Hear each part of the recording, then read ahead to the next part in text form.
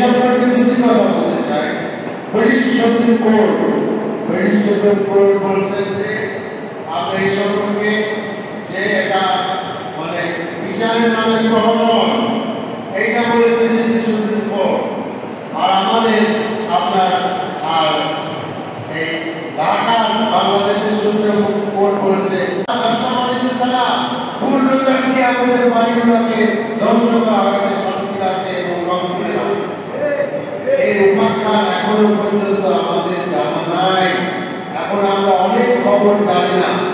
চিন্তা করে দেখেন, যে সমস্ত মায়ের সন্তানরা এসএসসি পরীক্ষার্থী ছিল অথবা কিছুদিন আগে এসএসসি পরীক্ষার্থী ছিল, আজকে তার মা সেই সন্তানের পড়ার ঘরে টেবিলে যে কি বলে, কাকে জিজ্ঞেস করে, কিভাবে তার মনকে সান্ত্বনা দেয়, কিভাবে পিতা মাতা এখনো জীবিত আছে, কিভাবে এখনো পর্যন্ত আপনার তারা মানে ধৈর্য সহকারে তাদের বুক বেঁধে রেখেছে। সংগ্রামী ভাই বলেছিল, আপনারা দেখেছেন।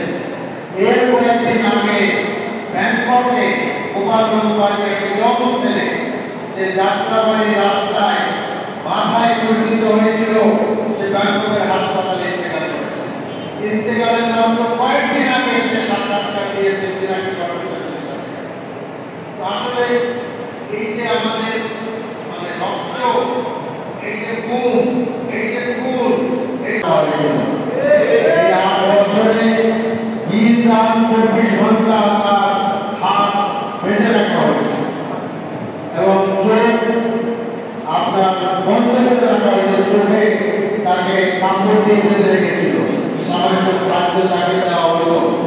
আইনাভাবে আরো বহুজনকে এইভাবে আটকেছে হাসিনার সরকার।